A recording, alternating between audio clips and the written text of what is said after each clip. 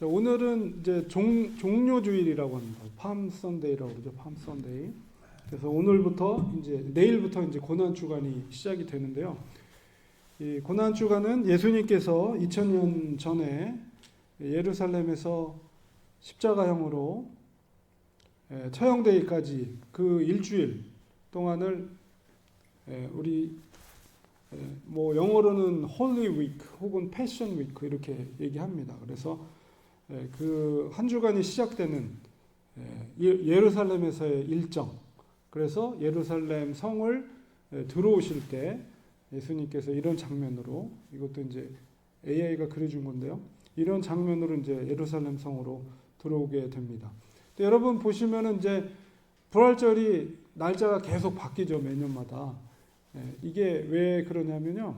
이게 정해진 게 325년 1차 니케아 회의에서 정해진 전통을 지금까지 계속 지키고 있는 거예요. 물론 이제 뭐 카톨릭이나 뭐 우리 개신교나 똑같이 그 날짜를 지키는데, 그 정해지는 기준은 뭐냐면 우리 밤과 낮의 길이가 같아지는 시간이, 날짜가 1년에 2번 있어요. 봄에 춘분 있고 가을에 추분, 이렇게. 그날은 낮과 밤의 길이가 똑같죠. 그래서 부활주의를 언제로 정했냐면 춘분, 밤과 낮의 길이가 똑같이 되는 춘분, 그날이 지난주 수요일이 춘분이었어요. 그 날을 기준으로 해서 만월, 풀문, 그러니까 이제 차이니즈 캐릭터로 하는 거죠. 차이니즈 칼렌더로.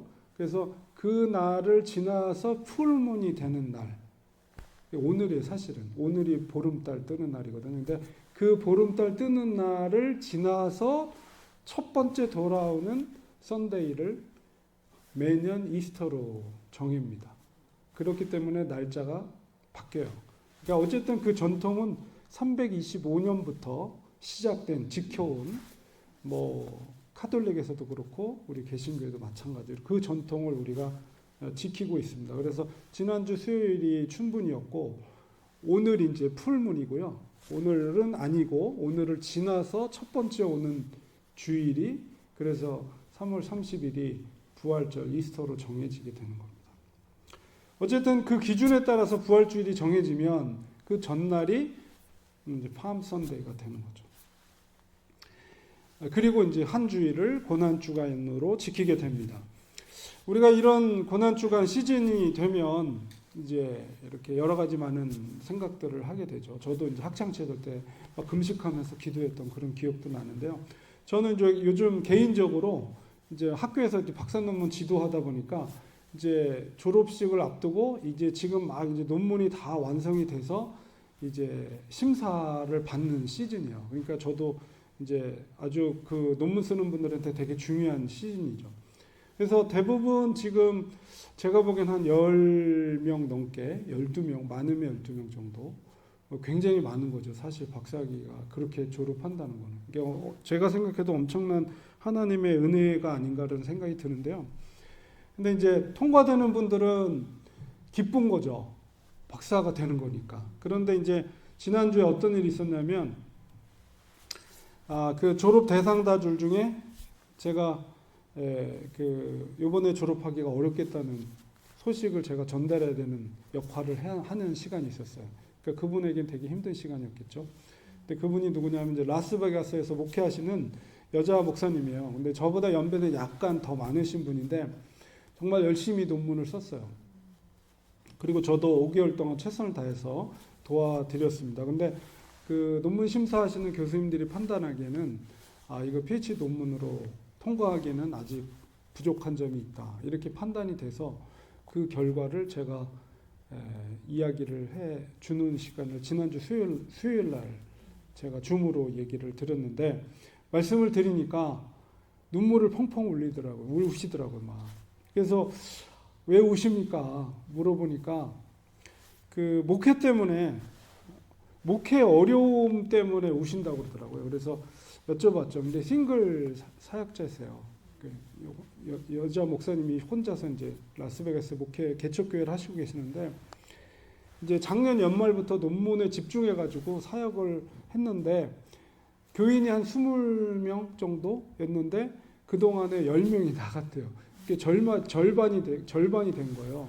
그러니까 이제 물론 이제 논문 쓰는 것 때문에 나갔다 이렇게 보기는 어렵지만 어쨌든 이제 논문을 쓰다 보니 이제 목양에 아무래도 신경을 좀 집중하지 못하는 그런 것들과 뭐 여러 가지가 막 몰려오면서 뭔가 이렇게 북받쳐오르는 마음 속에 눈물을 터뜨리는 것 같습니다. 그래서 또 어떤 심지어는 사실 그러더라고요. 라스베가스가 영적으로 굉장히 힘든 지역이래요. 그래서 목회자들의 무덤이다. 뭐 이렇게까지 평가될 정도로 어려운 영적인 토양 속에서 여자 목사로서 이렇게 사역을 하고 계신데 참 마음이 아팠어요. 심지어는 어떤 교회는 그렇게 얘기했대요. 논문 쓰면서 우리들 돌보는 거 소홀히 하면 나 다른 교회로 옮기겠다고. 뭐 이렇게까지 얘기한 성도도 있을 정도였다고 그런 얘기를 하더라고요. 그래서 제가 많이 위로를 해드리고 그다음에 격려해드리고 그리고 충분히 지금 잘 쓰고 계시니까 하나님의 은혜로 논문 잘 학업도 잘 마치시고 또 목회도 하나님이 회복시켜 주실 거라고 이렇게 위로를 해드렸습니다. 그러면서 이제 고난 주간을 보내면서 그 목사님도 아마 더 하나님께 가까이 나아가시면서 뭔가 영적으로 회복되는 시간이 되리라고 기대를 하였습니다. 오늘 이제 고난 주간을 맞이하면서 예수님의 고난의 특징이 뭔가 오늘 말씀을 중심으로 해서 한번 그것을 이해하고 우리가 그 고난의 제자도 속에서 따라야 될 제자도가 무엇인가를 깨닫는 시간을 가지려고 합니다. 공생의 3년 동안에 갈릴리에서 시작된 예수님에 대한 소문이 이미 처음 사역할 때부터 너무나도 엄청난 기적들과 그런 것들이 예수님께서 행하셨기 때문에 예루살렘에 이미 전파가 됐어요. 예루살렘 사람들도 알고 있었고 특별히 어떤 일이 있었냐면 그 예루살렘 근처에 베다니에서 그 마리아와 마르다 오라버니였던 나사로 죽은 나사로를 살린 사건도 이미 예루살렘에 소문이 퍼졌고 또 이번에 예루살렘에 예수님이 입성할 때 그 죽었던 나사로도 같이 동행한다는 소문까지 퍼졌어요. 그러니까 예루살렘은 완전히 난리가 났어요. 그 소문으로. 그리고 사람들이 특히나 이때가 유월절 절기였기 때문에 많은 흩어진 사람들이 그 절기를 지키기에 예루살렘에 많은 사람들이 군중이 모여있던 그런 때였기 때문에 예루살렘에 예수님이 들어온다는 소문이 퍼졌을 때 많은 사람들이 예수님을 맞이하는 그런 장면이 이제 오늘 말씀 속에 등장을 하고 있습니다. 예수님은 여기 그림에 있는 것처럼 나귀를 타고 예루살렘에 입성을 하게 됩니다. 오늘 말씀 속에서도 12장 14절 예수는 한 어린 나귀를 타고 보고 타셨다. 그런데 예수님께서 나귀를 타신 것은 스가랴서 9장 9절에 예언된 말씀이 성취가 된 거죠.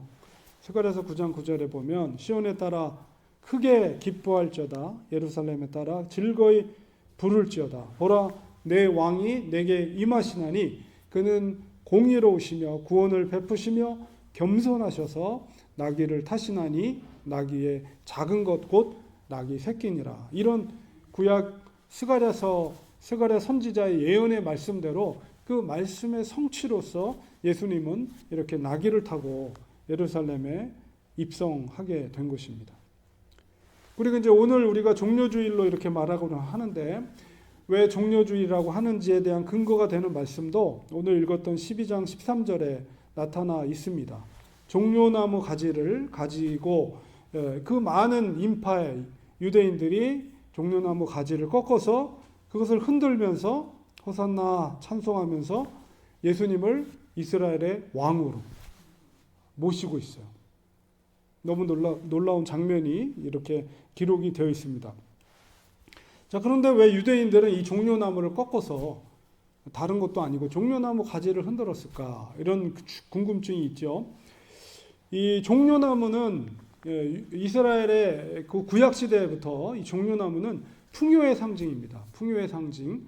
그리고 이제 포로기, 이스라엘 포로기를 지나면서 특별히 이 종려나무는 또한 자유, 포로 시대에서 자유의 상징이기도 하고 또한 회복의 상징이기도 하는 것이 이 종려나무예요. 그래서 이 종려나무가 바로 히브리어로 다말이라고 합니다. 다말. 그래서 이 다말은 이제 풍요를 상징하기 때문에 여자의 이름으로 많이 붙여진 이름이 다말입니다. 그래서 여러분이 구약 성경에 보면 다말이라는 여인의 이름이 자주 등장하죠. 그건 풍요로운, 자식을 많이 풍요롭게 행산해라, 이런 의미가 담겨져 있는 이름이에요. 자, 그렇기 때문에 이 이스라엘 사람들이 이 종려나무 가지를 꺾어서 그거를 흔들면서 바로 우리 로마로부터 우리 자유를 선포하고, 당신이 이스라엘의 왕으로서 우리를 속박받는 우리를 구원해달라, 이런 의미가 담겨져 있는 거예요. 종려나무를 흔드는 거는.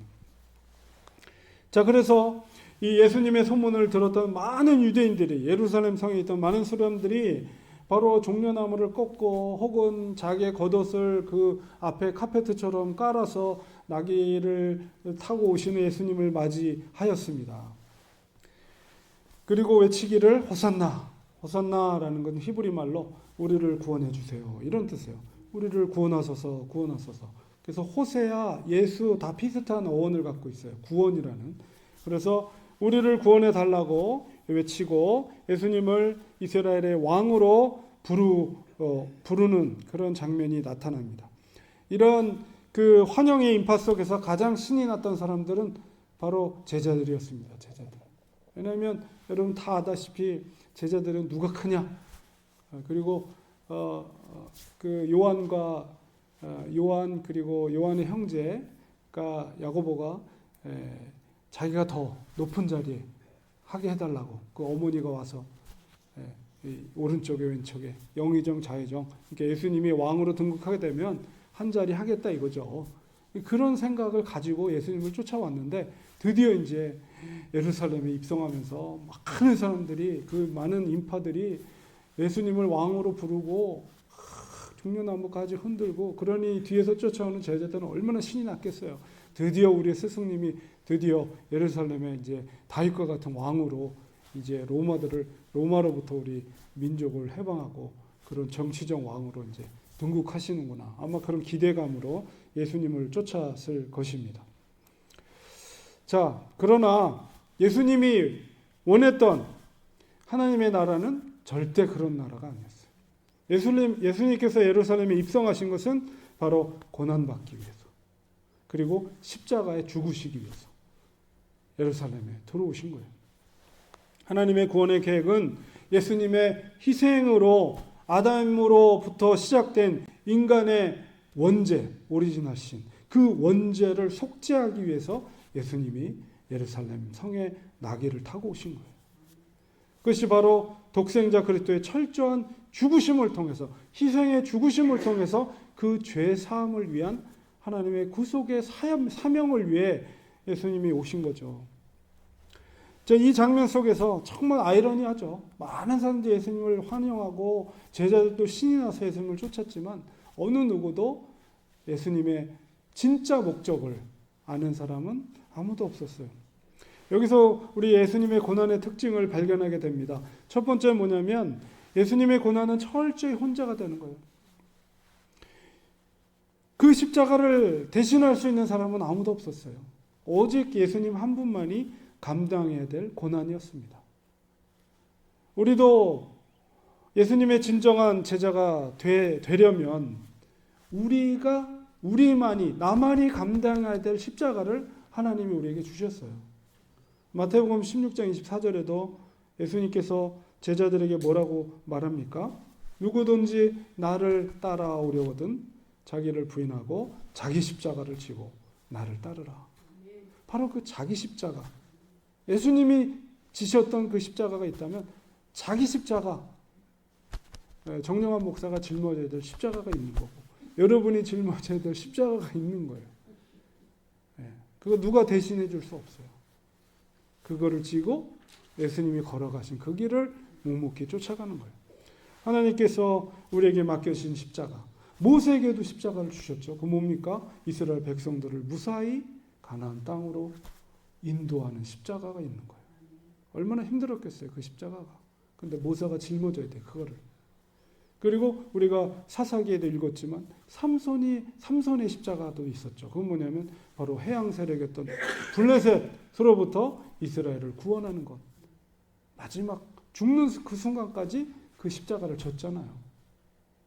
예수님께서도 당신이 짊어져야 될 그 십자가를 지셨습니다. 우리 모두가 각자 짊어져야 될 십자가가 있습니다.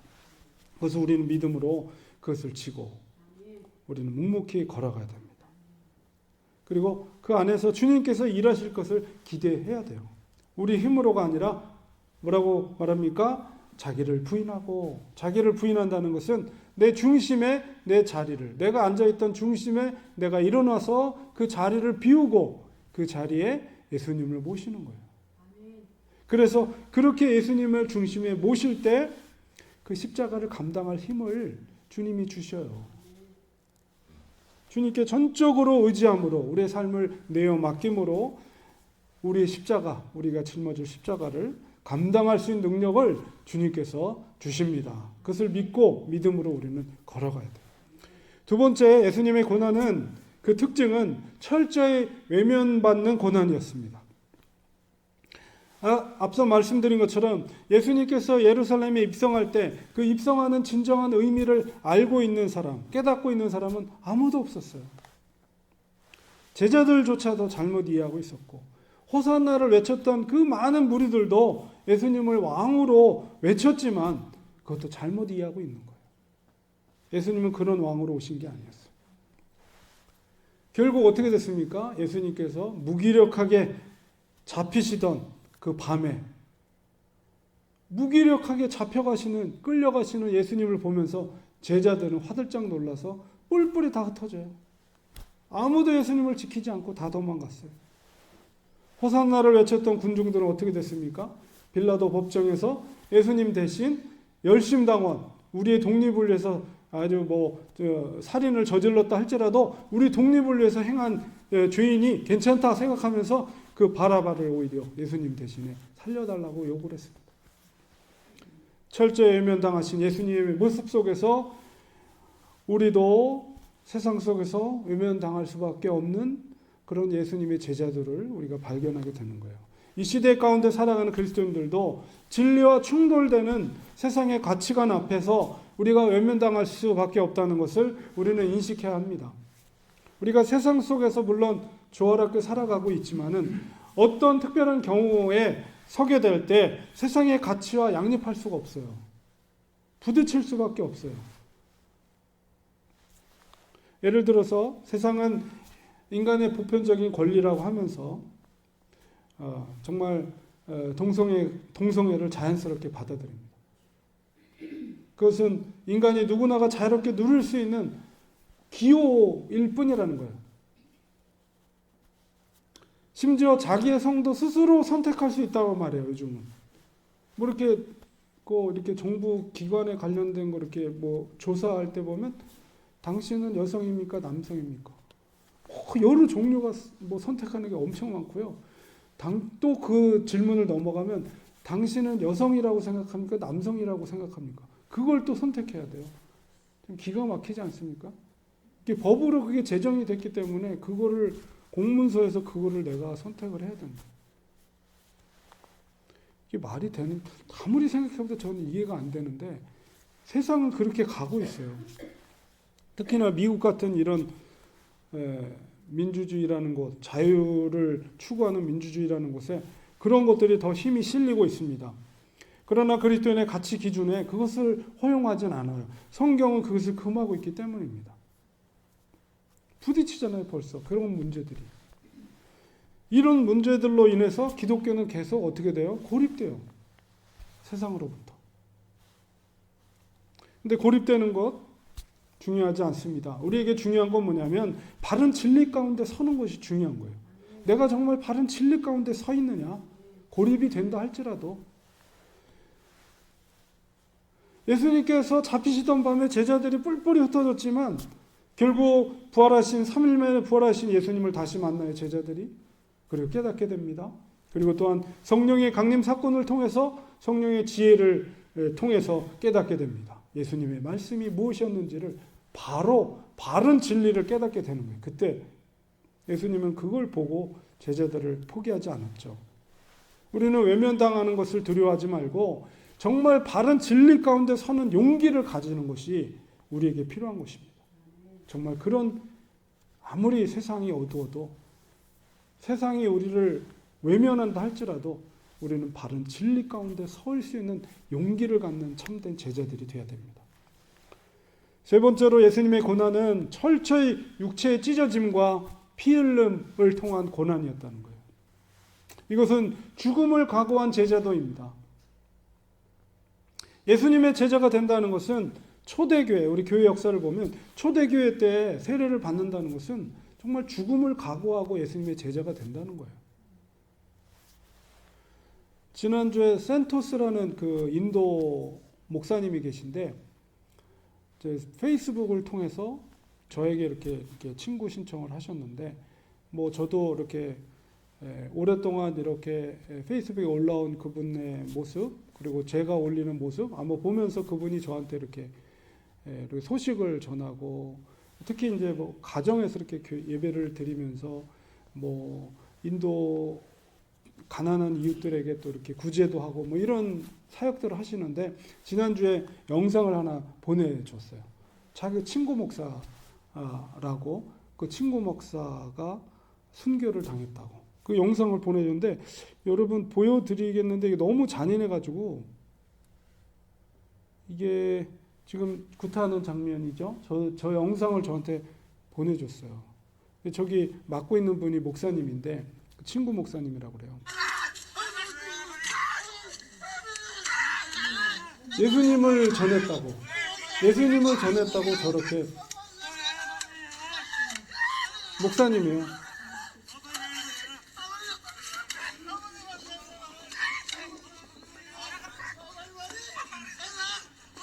그래서 뭐 이 정도만 보겠습니다. 너무 잔인해서 결국 저렇게 해서 죽음을 맞이했습니다.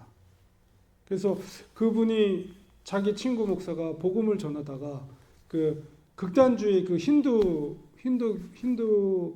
극단주의자들에 의해서 결국은 목숨을 잃게 되었다고 하더라고요. 그래서 저희가 기도하고 있는 히나자매, 파키스탄의 히나자매도 저런 상황 속에서 신앙을 지키고 있는 거고 또 저렇게 지금 이 시대 살고 지난주에 일어났던 일이에요. 지금 동시대 속에서도 예수님 믿는 것 때문에 다른 이유 없고 단 하나 예수님을 믿는 거, 예수님을 전했다는 것 때문에 저렇게 죽음을 맞아요. 정말 짐승들도 저렇게 안 하잖아요. 저게 쇠몽둥이더라고. 쇠몽둥이. 쇠파이프. 결국 저렇게 해서 저 목사님은 순교를 당했습니다. 현재 놀라운 것은 현재 지구촌에서 비공식적으로 그리스도인의 인구가 가장 많은 나라가 인도라고 그래요. 왜냐하면 너무 인구수가 많은데 비율은 퍼센테이지는 작지만 중국보다 더 인구가 많아요. 인도가 지금은. 그러니까 퍼센테이지가 작지만 그러나 엄청난 복음의 확장이 인도에서 이루어지고 있지만 인도 현실이 저래요. 예수님 믿는 것이 자기 목숨을 걸고 믿는 거예요.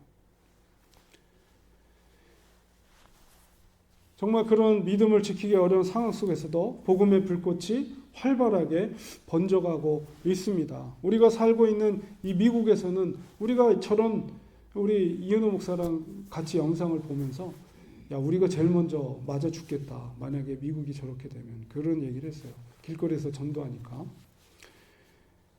이런 미국 같은 상황에서 순교당할 수 있는 상황은 아니지만 이런 상황 속에서도 우리는 어떤 삶을 살아야 되냐라고 했을 때 바로 순교자의 삶을 사는 제자들을 우리는 가져야 됩니다. 어느 순간 미국도 인도와 같은 상황으로 바뀔지 누가 알겠습니까? 아무도 모르는 거예요. 그거는. 항상 죽을 각오를 하고 믿음을 지키던 시대 속에서 생명의 복음이 더욱 거세게 불타올랐다는 것을 우리는 기독교 2000년 역사를 보면 알 수가 있어요. 오늘날의 교회가 확장된 곳에는 수많은 순교의 피가 뿌려진 곳에 엄청난 부흥의 역사가 이루어졌다는 것이죠. 내일부터 고난주간이 시작이 됩니다. 주님의 고난을 우리는 꼭 고난주간에만 생각해야 됩니까? 그렇지 않습니다. 늘 우리는 주님의 고난을 묵상하며 고난의 제자들을 우리를 가지고 항상 살아야 돼요. 순간마다 예수님처럼 자기를 비우고 순교자의 삶을 살아갈 때 반드시 그곳에 예수의 생명이 그 속에 살아서 하나님의 능력으로 우리의 십자가를 감당할 수 있게 되는 것입니다. 에스더처럼 죽으면 죽으리라 그런 신앙으로 살아갈 때 우리는 예수님의 참 제자가 될 수가 있습니다. 아니랬던 우리의 믿음의 자세를 정말 올바로 하고 항상 끼어서 날마다 순교자적인 삶을 우리가 사는 것, 우리가 그것이 필요합니다. 그럴 때 주님의 놀라운 정말 기적 같은 일들이 우리의 가정과 우리 교회 가운데 일어날 줄 믿습니다. 기도하겠습니다. 하나님, 오늘은 2000년 전에 예수님께서 나귀를 타고 예루살렘에 들어온 종료주일입니다. 예수님께서 예루살렘에 입성하신 것은 바로 고난받고 십자가에 피 흘려 죽기 위해서 들어오신 날입니다. 내일부터 고난주간이 시작이 됩니다.